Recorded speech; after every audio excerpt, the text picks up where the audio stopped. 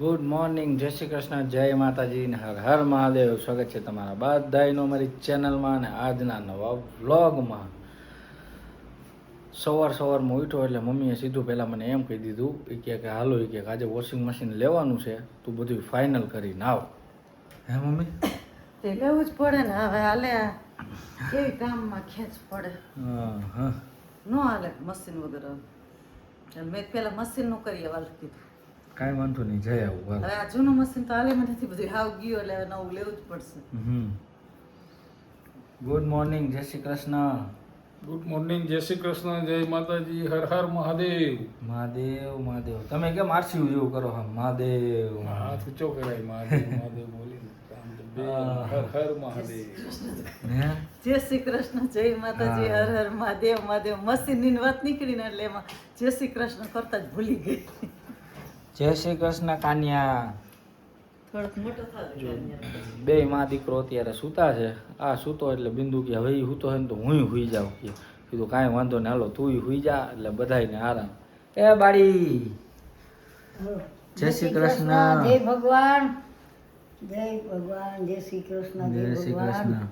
સીતારામ, રાધે કૃષ્ણ, ભોળાનાથ મહાદેવજી, કૈલાસપતિ મહાદેવ, અમરનાથ મહાદેવ, કૈલાસપતિ મહાદેવ, જટાધારી મહાદેવ, નાગેશ્વરી મહાદેવ, પરલી ગામે બિરાજે મહાદેવ, ત્રમેશ્વર મહાદેવજી, ધુસ્મેશ્વર મહાદેવજી, કૈલાસપતિ મહાદેવ, હર હર. બીજા છે કેટલાય નામ પણ યાદ કરવું વાર લાગશે. ઉંમરના હિસાબે થોડું થોડું થાય ને. કોરેલા થઈ ગયું હતું ને બા ને કોરોના થઈ ગયો હતો.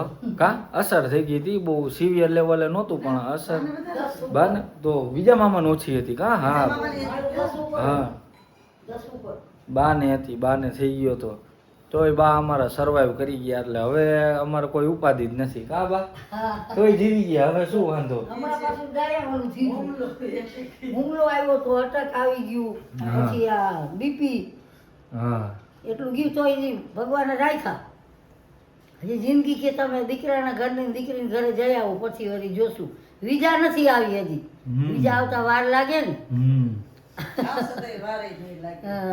હજી રાન મોટો કરવાનો હોય સમજ્યા. ભગવાન જે ઘણી હજી ઘણા એમ તો પરણાવવાના પણ આપણી આશા કોઈ દી પૂરી થાય જ ને. દીકરાને પરણાય પછી એમ થાય એના છોકરાને રમાડી, પછી એમ કે દીકરીઓ જે એકાદી કુંવારી એને પરણાવી દઈ. એમને હાયલા જ કરે, લાંબુ લાંબુ હાયલા જ કરે ભાઈ. છોકરા પરણાઈ ગઈ, હા. છોકરો નો પરણી ગયા. પરણી ગયા, દીકરા દીકરો પરણી ગયો, એના ઘરે બાબો આવ્યો હમણાં વરદીનો સાથે. દીકરીને ઘરે બે દીકરીઓ છે, બધાને ઘરે છે. ભગવાને દીધું સારું.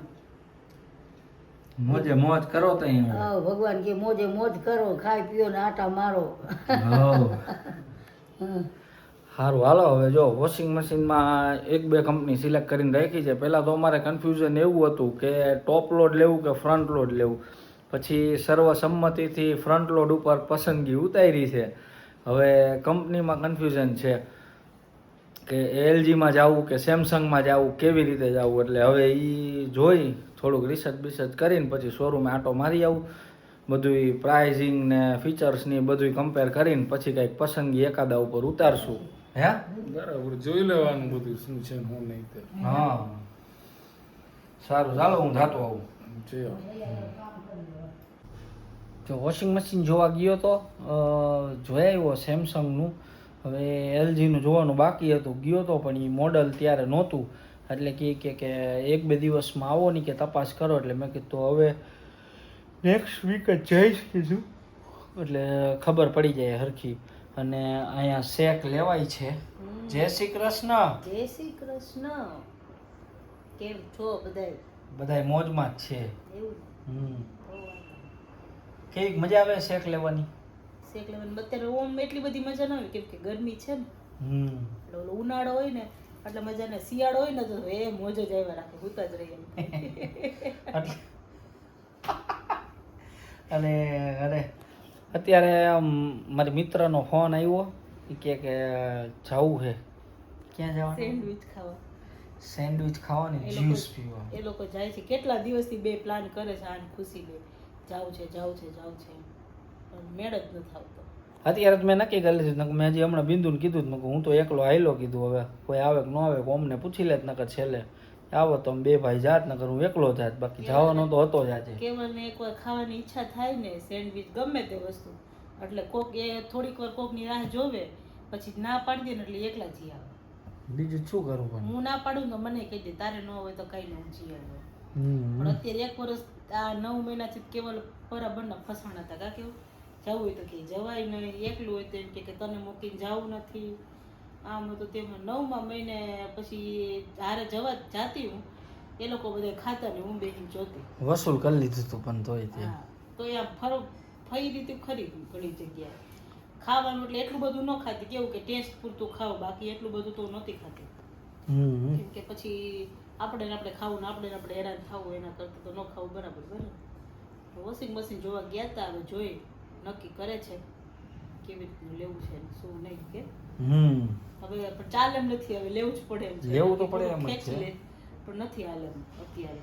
બધું ભેગું થઈ જાય, કપડાં ધોવાનું સવારે બધું ભેગું થઈ જાય, થોડું મજા નથી આવતી એમ. મશીનમાં પહેલેથી મશીનમાં કપડાં ધોયા હોય ને એટલે મજા ન આવે. ઈ કારણ છે. અને પાછું કેવું છે કે અમારે છે ને બાથરૂમનો દરવાજો, અમારું મશીન બાથરૂમમાં છે, એટલે બાથરૂમમાં બધું સેટઅપ વાયરિંગ ને બધું એ પ્રમાણેનું મશીનને અનુકૂળ જ કર્યું હતું, એટલે હવે એના સિવાય બીજે ક્યાંય રાખવું નથી.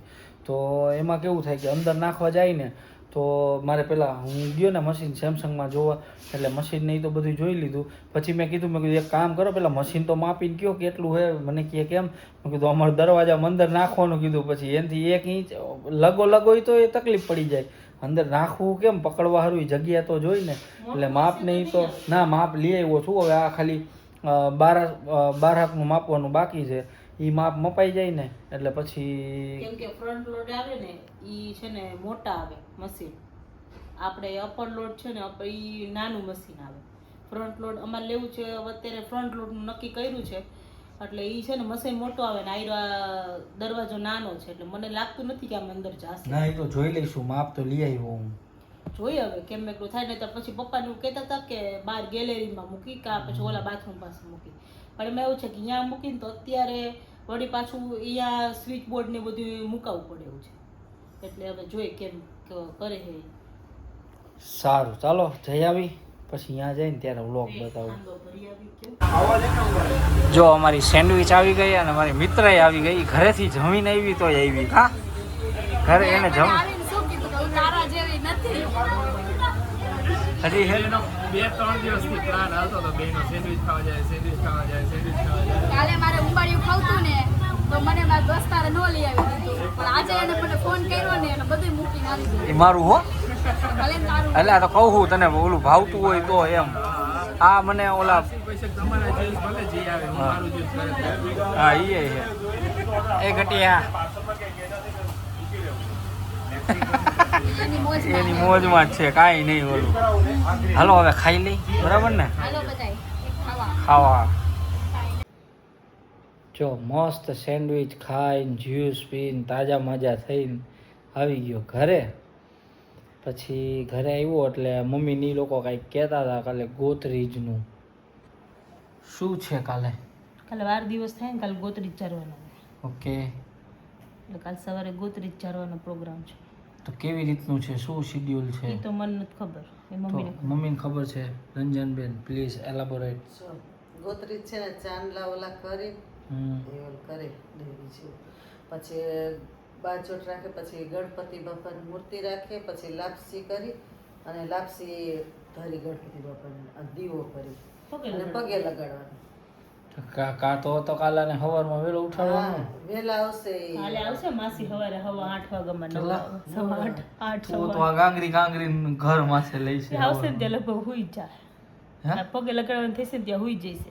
હા, એ પાછું અમારે કેવું છે કે પગે લગાડી કે ઓલો સવારમાં માસી આવે ને એટલે માલિશ ને એવું કરે ને એટલે ઘડીક વાર એવું આમ ચોરે ને બધું કરે ને, જેવો નવરાવે એટલે સીધો હુઈ જ જાય. ખાય નહીં કાંઈ હે, પછી તો એને દૂધ પીવડા હોય કા બિંદુ કોઈ વસ્તુ નહીં, હુઈ જ જવાનું. એમ નહીં, પણ દૂધ પીવડાવવા ટાઈમે ઉઠાડી તો માંડ ઉઠે. ઉઠે જ નહીં, હુઈ જ જાય. તો નવડાવતા હતા ને હોઈ ગયો. નાતા નાતા હુઈ ગયો તા તો. હા, નાતા હુઈ ગયો બાથરૂમમાં. મને દેવા દાંત આવે ને મેં કીધું આ જો તો ઓલા લઈને આવ્યા, દૂધતા હતા તો ના ઓલા ફૂટતો તો લે કેટલી ઊંઘ મળે છે એવી ઊંઘ અસલ ઓલી નવડાય ઓલી માલિશ કરે ને પછી મજા આવે. એ 12 દિવસે ગોતરી જ એટલે કરે કે 12 દિવસે ગોતરમાં ભરી જાય. છોકરીને ગોતરી જ ન હોય બિચારી, છોકરીઓને તો પહેલેથી જ કહી દે કે તમે આ ગોતરની નથી. છોકરા હોય ને એટલે 12 દિવસે ગોતરી જ કરવાના હોય એટલે પગે લાગી જાય અને પછી હા એને તે હા લાપસી ખવડાવે ને લગ્ન પછી એટલે એ ગોતરમાં ભરે એટલે એ ગોતરી ત્યારે હોય એના. અને આ છોકરાઓના 12 દિવસે આપણે ઘરે ગોતરી જારે એટલે ગોતરમાં ભરી જાય એમ. પછી ઘરમાં દીવાબત્તી 1.5 મહિને દીવાબત્તી ને બધું થાય એ તો સવા મહિને. એ 1.5 મહિને. બરાબર છે. ખૂબ ખૂબ આભાર તમારા લોકોનો એવું છે જણાવવા ઓડિયન્સ હે ઓડિયન્સ ઓડિયન્સ તો હું એવું છે. તમે તો બધા શું કહેવાય ઓલા કેવા કહેવાય એને શું કહેવાય બોલતા હોય એને શું કહેવાય એમને શું કહેવાય? પ્રેક્ષકો કહેવાય. પ્રેક્ષક હું કહેવાય હું સાંભળું છું એવું ઉદ્ઘોષક કહેવાય. તમે ઉદ્ઘોષક ઓકે એવું ન જો મસ્તીનો હુઈ ગયો હે ઈ હુએ ને નક્કી હજી હમણાં જ બિંદુએ કીધું કે ઈ હું તો હે ને આપણે ઘડીક વાર નીંદર કરી લઈ કે વળી પછી ઉઠશે એટલે વળી જાગવાનું જ છે કા બિંદુ એને રાત ઈ હુતા હોય ત્યાં સુધી પડે બધું એને કામ સવાર કરવાનું. થાય પછી રાત આખી જાગશે. હા પછી બે માં દીકરો રમતા હોય અમે અમે હોય જ છીએ અડધી રાત લગી એટલે જ તમને ઉઠાડતી નથી કેવાય તમારે સવાર સુરત જવાનું હોય તોય પછી આખી રાત જાગવાનું. જો હું કહું તો કે તમારા દિવસના આખો દી કામ કરો હા તો પણ બરાબર જ છે ને પછી આમાં તો બીમાર પડવા જેવું થાય એટલે મને ના પાડે કે બધા જાગે તો પછી કેવી રીતનો મેળ આવે ના, ઓલું હોય ફીડિંગ કરતો હોય એટલે તો પછી બધાને જાગવાની જરૂર હોય ને. ઈ કે મારે તો જાગવું જ પડે. પેલા ફોર્મ્યુલા બનાવતા તો ઓલી એકાદું જણ જોઈ ભેગું. હવે અત્યારે ઈ તો કઈ હોતું નથી એ એટલે તો વળી સર્વ બે ત્રણ દી એટલે જ ને 2-3 દિવસ તો જો ઓલું કરતા હોય એટલે ફીડિંગ ન કરતા હોય એટલે પછી ત્યારે પીવડાવતા હતા. હવે તો ફીડિંગ કરતો હોય એટલે તો હું બધાને ખોટું જાગું ને એના કરતા બધા હુઈ જાય રાતે પછી સવારે તો મારે કઈ કામ ન એટલે સવારે ઈ હુતો હોય ને ત્યાં હું કરી લઉં. હું કહું હવાર કહું સવારે તો જાગો, પછી ઈ તું હુતો હોય ને સુઈ એટલે તો મને ખાવાનું ન દે તો આઈસે ખાવા પીવાનું કાંઈ નહીં. હુઈ જા, તું નીંદર અસલ હરખી કરી લે. ઈ હવે ઉઠે ખાવા પીવાનું મને દ્યો નહીં દ્યો ને તો આઈસે મને ઊંઘ પૂરી કરી લેવાની. ઊંઘ તો જોઈએ જ. સાચી વાત છે સાચી વાત છે એટલે ઈ સવારે હુવે ને એટલે હું સવારે કાટલું બાટલું ખાઈને હું સીધી હુઈ જ જાઉં. સવારમાં કાટલું કહું ખાઈ લે. સવારમાં કાટલું બનાવી દઉં એટલે કાટલું ખાઈ અને હુઈ જા પછી જ્યારે ઉઠ ત્યારે. કોક દિવસ કાટલું ખાવાનો વેત ન આવે. હે કાલ જ નહોતું ખાધું કાલ તો મારે કાટલું નથી ખાવું મને હુવા દ્યો બીજું કાંઈ નથી જોતું મારે. ઉઠીને ખાઈ લઈશ હું હા ઉઠીને ખાઈ લઈશ કીધું. બરાબર છે અરે ભગવાન એવું થાય અત્યારે તો શિડ્યુલ કર્યું આમ આવું થાય બધું ફરી ગયું બરાબર ને કહેવાય એટલે મને જાગવા ન દે. કહેવાનું આથી તો બધા જાગીનું કામ હોય બરાબર છે ને. ચાલો તો હવે કાલે અમારો બ્લોગ આજે તો આજનું તમને કહી દીધું હવે કાલનો બ્લોગ જોવાનું ભૂલતા નહીં. અમારી શું વિધિ છે શું છે કેવી રીતે છે જોકે બધાને પોતપોતાની રીતે અલગ અલગ હોય એટલે અમારી શું વિધિ છે તમને કાલ સવારે જાણશું ત્યારે બતાવશું. અને પછીનો બ્લોગ જોવાનું ભૂલતા નહીં. સારું ચાલો તો આજના બ્લોગમાં આટલું જ હતું. મળીએ પાછા કાલના નવા બ્લોગમાં. ત્યાં સુધી બધાને ગુડ નાઇટ, જય શ્રી કૃષ્ણ, જય માતાજી ને હર હર મહાદેવ.